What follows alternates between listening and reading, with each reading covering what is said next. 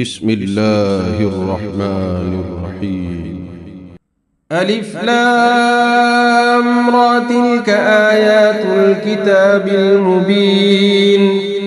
إنا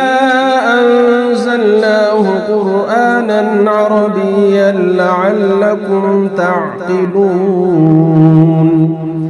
نحن نقص عليك أحسن القصص بما أوحينا إليك هذا القرآن وإن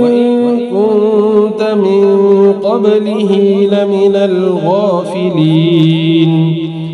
إذ قال يوسف لأبيه يا أبت إني رأيت 11 كوكبا والشمس والقمر رأيتهم لي ساجدين قال يا بني لا تقصص رؤياك على إخوتك فيكيدوا لك كيدا إن الشيطان للإنسان عدو مبين وكذلك يجتبيك ربك ويعلمك من تأويل الأحاديث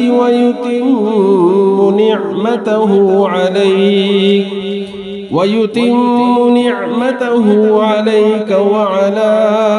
آل يعقوب كما أتمها على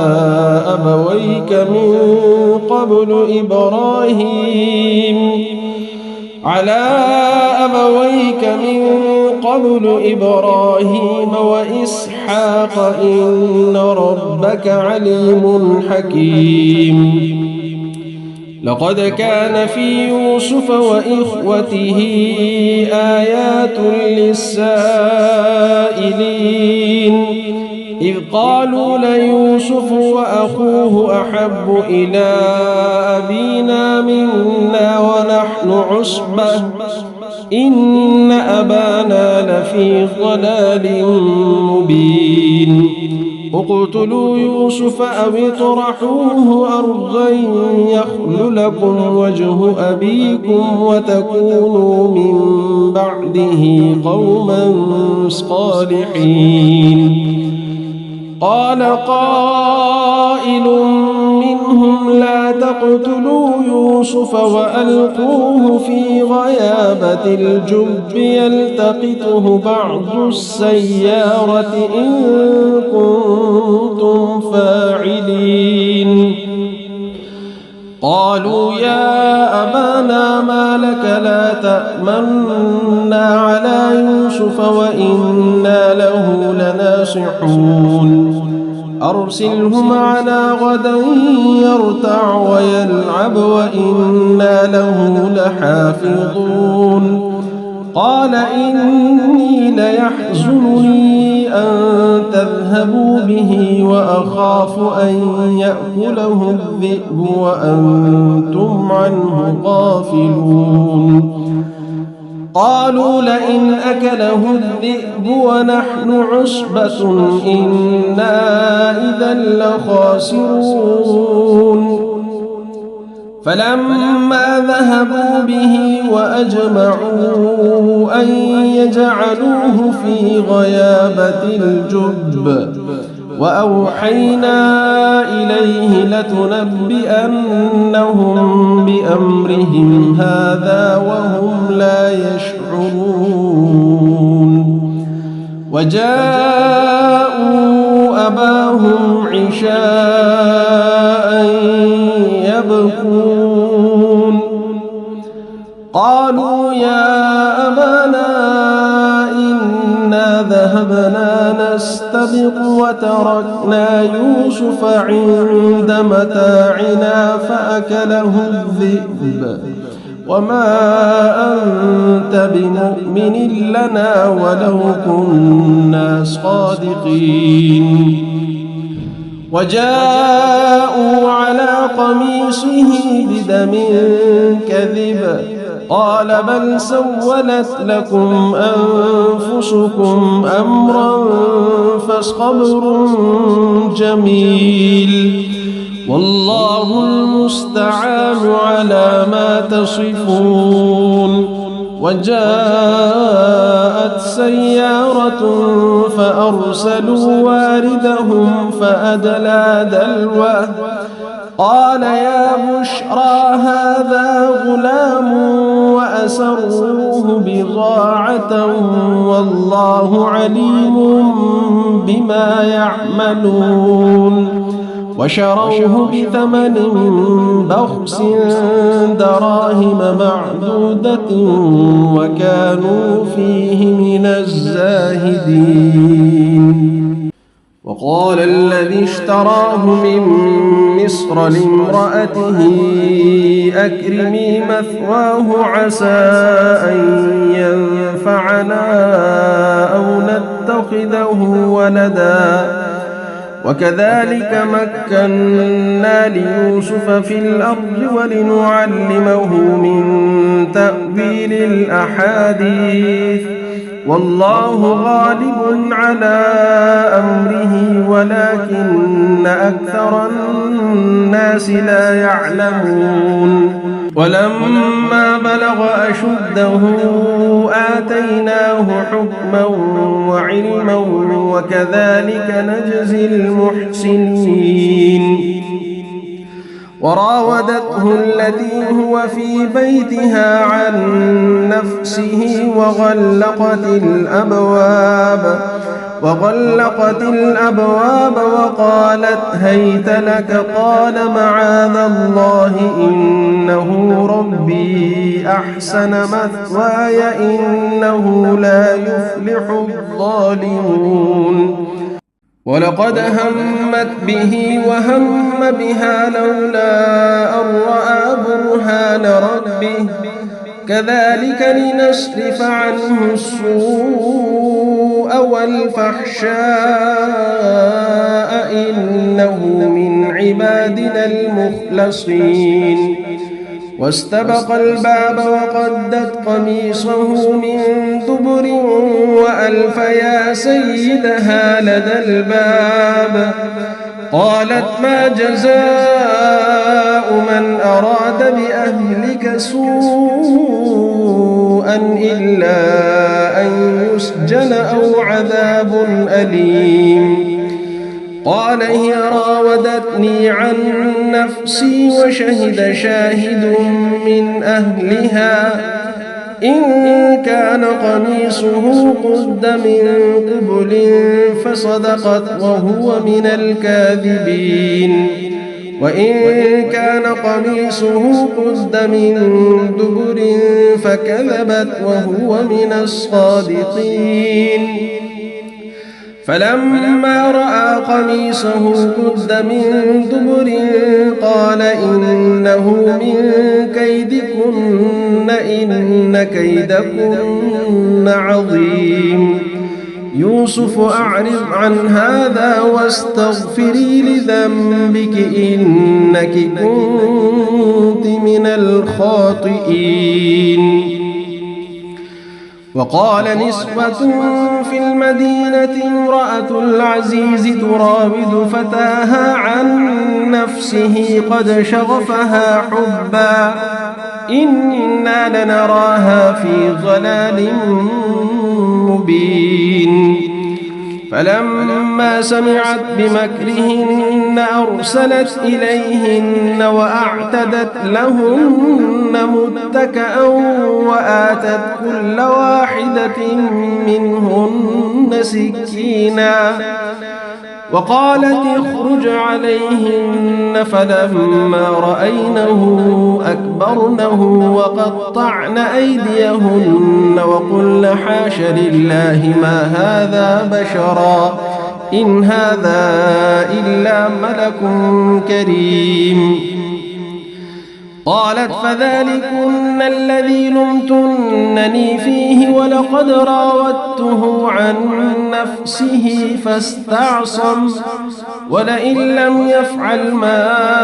آمره ليسجنن وليكون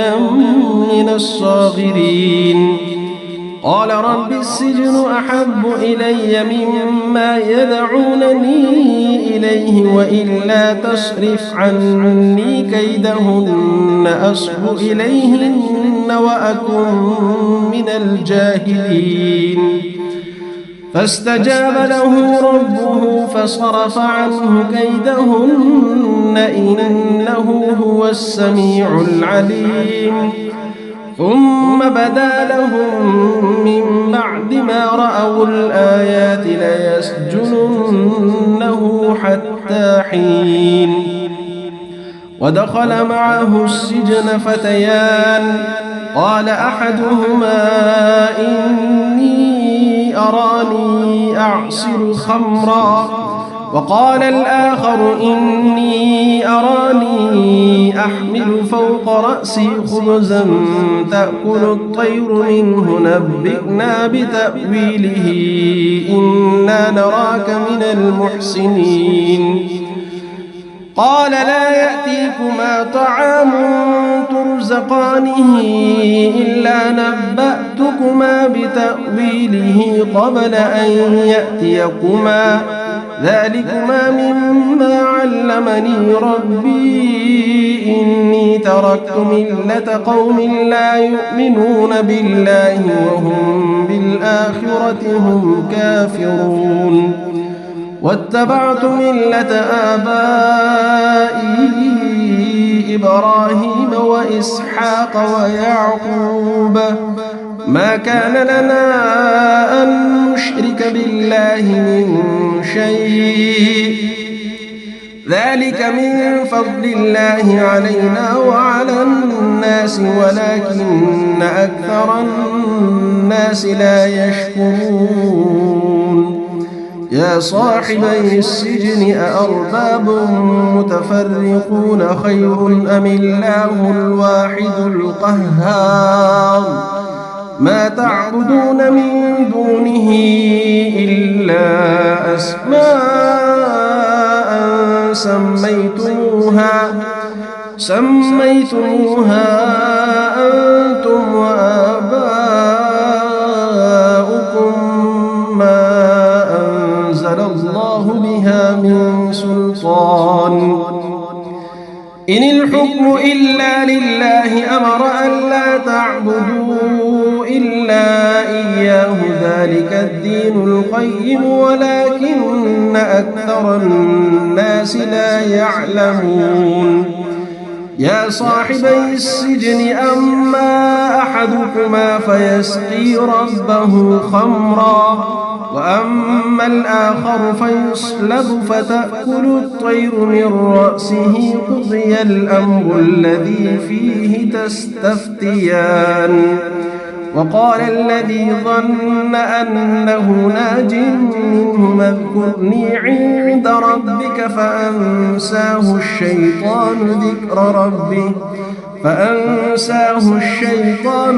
ربه فلبث في السجن بضع سنين وقال الملك إني أرى 7 بقرات سمان يأكلهن 7 عجاف و7 سنبلات خضر وأخر يابسات يا أيها الملأ أفتوني في رؤياي إن كنتم للرؤيا تعبرون قالوا أضغاث أحلام وما نحن بتأويل الأحلام بعالمين وقال الذي نجا منهما وادكر بعد أمة أنا أنبئكم بتأويله فأرسلون يوسف أيها الصديق أفتنا في 7 بقرات سمان يأكلهن 7 عجاف و7 سنبلات خضر وأخر يابسات لعلي أرجع إلى الناس لعلهم يعلمون قال تزرعون 7 سنين دأبا فما حصدتم فذروه في سنبله إلا قليلا مما تأكلون ثم يأتي من بعد ذلك 7 شداد يأكلن ما قدمتم لهن إلا قليلا مما تحصنون ثم يأتي من بعد ذلك عام فيه يغاث الناس وفيه يعصرون وقال الملك ائتوني به فلما جاءه الرسول قال ارجع إلى ربك فاسأله ما بال النسوة اللاتي قطعن أيديهن إن ربي بكيدهن عليم قال ما خطبكن إذ راوتن يوسف عن نفسه قلن حاش لله ما علمنا عليه من سوء قالت امرأة العزيز الآن حص الحق أنا راودته عن نفسه وإنه لمن الصادقين ذلك ليعلم أني لم أخنه بالغيب وأن الله لا يهدي كيد الخائنين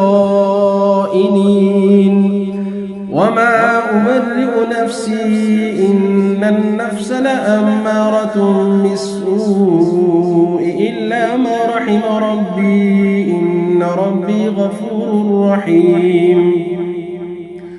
وقال الملك ائتوني به أستخلصه لنفسي فلما كلمه قال إنك اليوم لدينا مكين أمين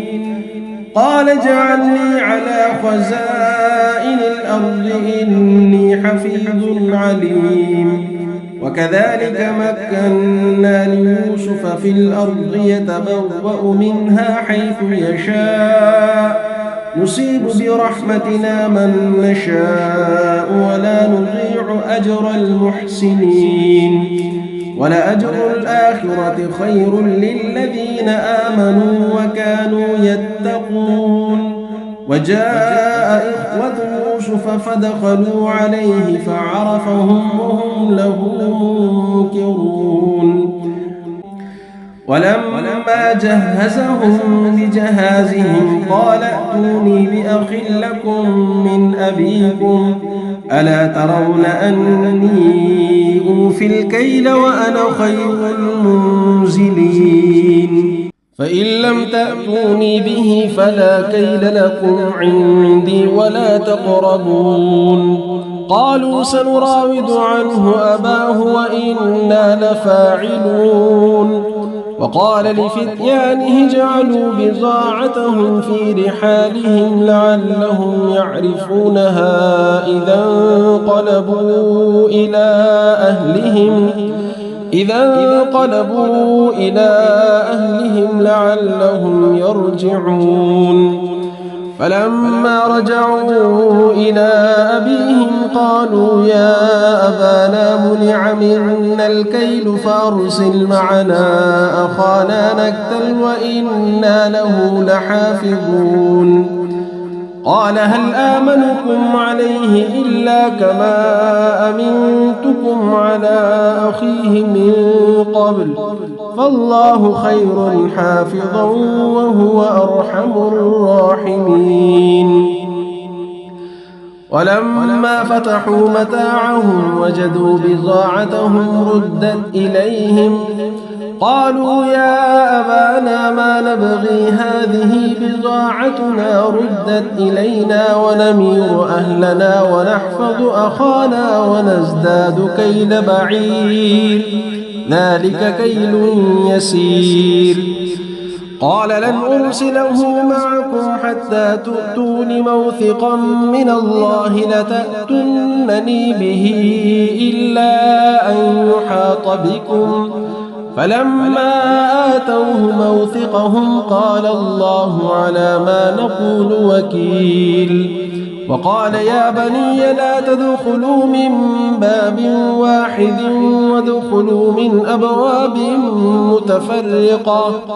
وما أغني عنكم من الله من شيء إن الحكم إلا لله عليه توكلت وعليه فليتوكل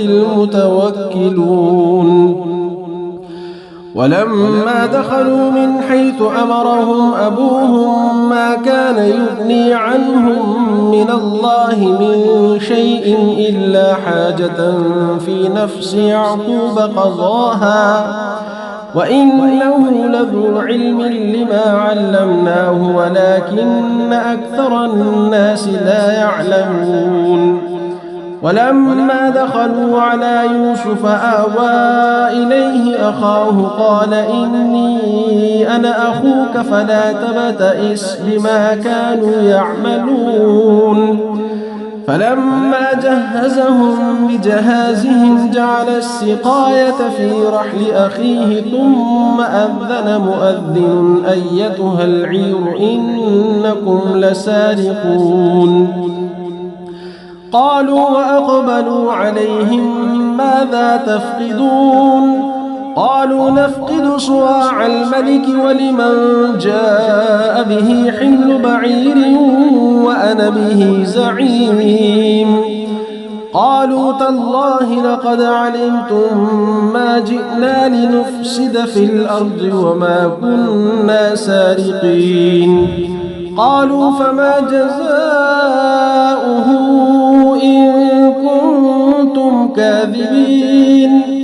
قالوا جزاؤه من وجد في رحله فهو جزاؤه كذلك نجزي الظالمين. فبدأ بأوعيتهم قبل وعاء أخيه ثم استخرجها من وعاء أخيه كذلك كدنا ليوسف ما كان ليأخذ أخاه في دين الملك إلا أن يشاء الله نرفع درجات من نشاء وفوق كل ذي علم عليم. قالوا إن يسرق فقد سرق أخ له من قبل فأسرها يوسف في نفسه ولم يبدها لهم. قال أنتم شر مكانا والله أعلم بما تصفون. قالوا يا أيها العزيز إن له أبا شيخا كبيرا فخذ أحدنا مكانه إنا نراك من المحسنين. قال معاذ الله أن نأخذ إلا من وجدنا متاعنا عنده إنا إذا لظالمون.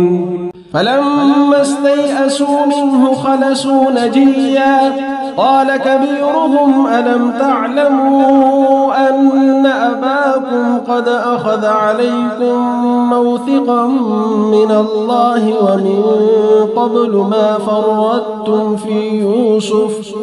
فلن أبرح الأرض حتى يأذن لي أبي أو يحكم الله لي وهو خير الحاكمين. ارجعوا إلى أبيكم فقولوا يا أبانا إن ابنك سرق وما شهدنا إلا بما علمنا وما كنا للغيب حافظين. واسأل القرية التي كنا فيها والعير التي أقبلنا فيها وإنا لصادقون. قال بل سولت لكم أنفسكم أمرا فصبر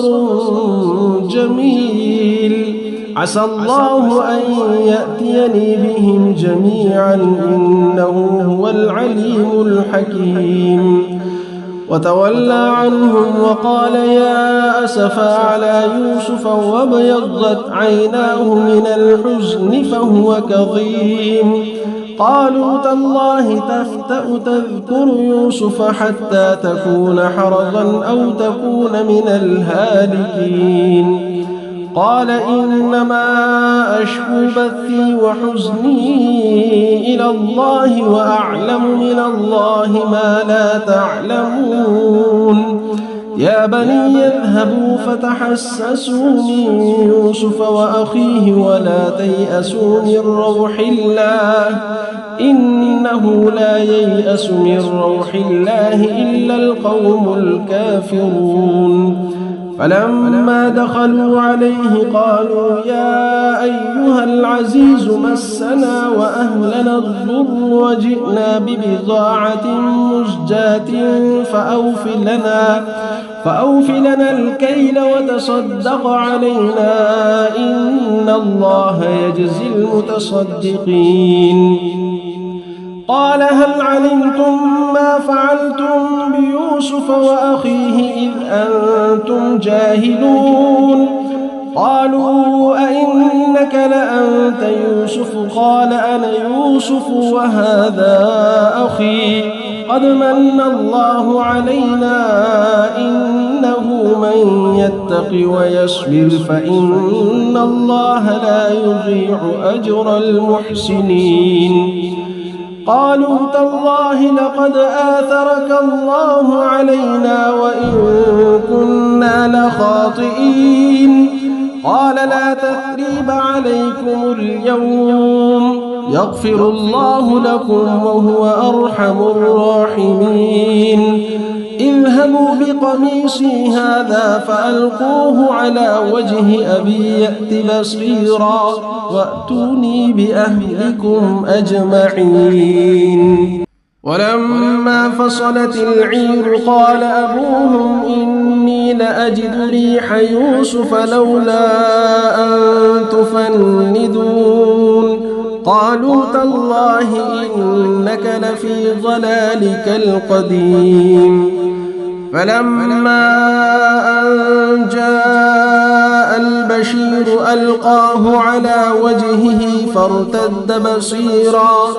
قال ألم أقل لكم إني أعلم من الله ما لا تعلمون. قالوا يا أبانا استغفر لنا ذنوبنا إنا كنا خاطئين. قال سوف أستغفر لكم ربي إنه هو الغفور الرحيم. فلما دخلوا على يوسف آوى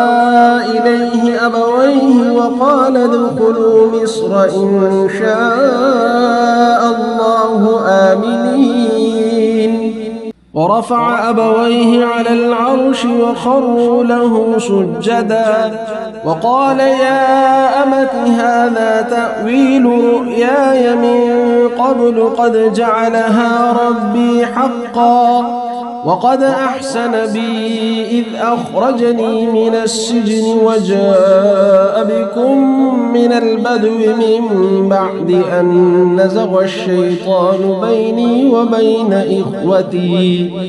إن ربي لطيف لما يشاء إنه هو العليم الحكيم. رب قد آتيتني من الملك وعلمتني من تأويل الأحاديث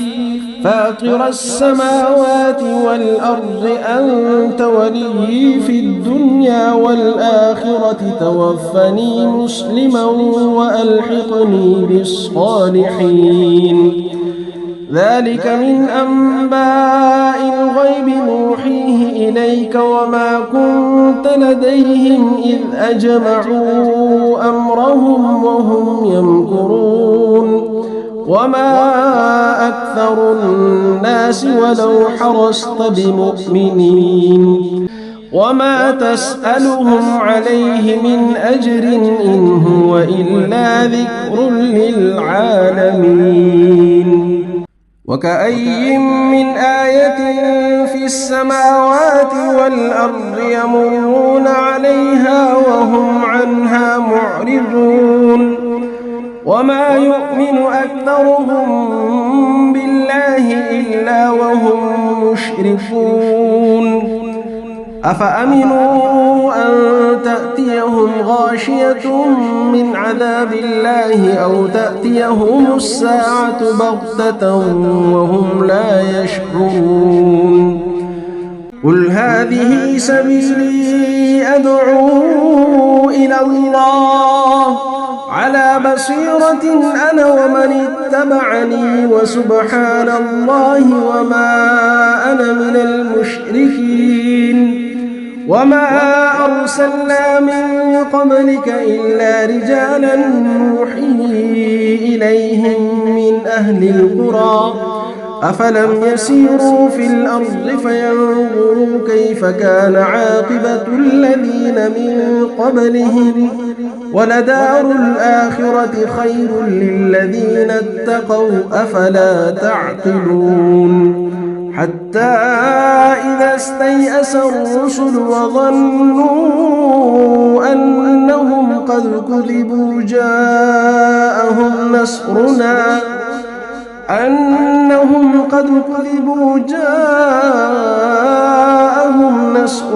فنجي من نشاء